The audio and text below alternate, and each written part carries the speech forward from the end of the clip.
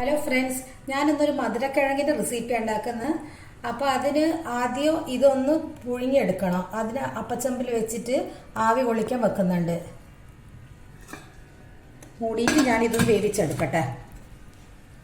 മധുരക്കിഴങ്ങ് വേവുന്ന നേരം കൊണ്ട് തേങ്ങ ഒതുക്കിയെടുക്കുക.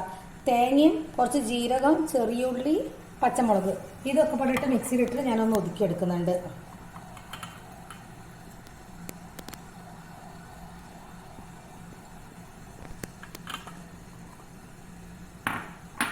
കുറച്ച് ഉപ്പ് ഇതിലേക്ക് തന്നെ ഇടാം. എന്താ വെച്ചാൽ അതിലിടാൻ പറ്റാത്തതുകൊണ്ട് ഇതിൽ കുറച്ച് ഉപ്പ് ഇടാം.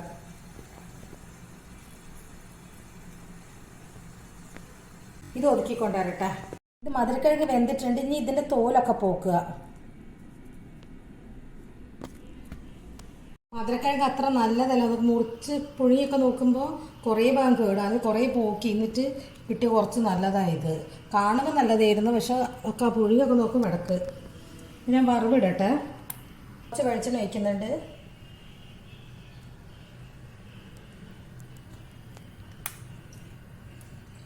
ചൂടാവട്ടെ. കടുക് ഇടുന്നുണ്ട്. 2 കായമുളക്,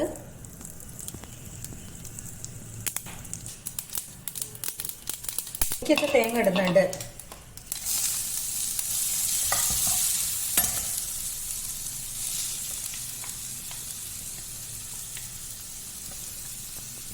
ഇതിൻ്റെ അകത്തേക്ക് ഈ മധുരക്കിഴങ്ങ് ഇടുക.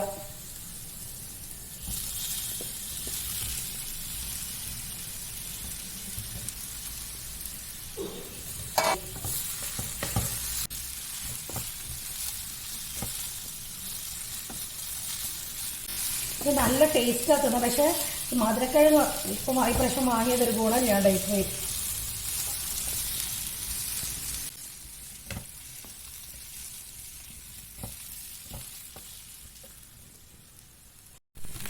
കുറച്ച് കറിവേപ്പില ഇട്ടിട്ട് ഇങ്ങനെ നല്ലോണം മിക്സ് ആക്കിയിട്ട് ഓഫ് ആക്കുക.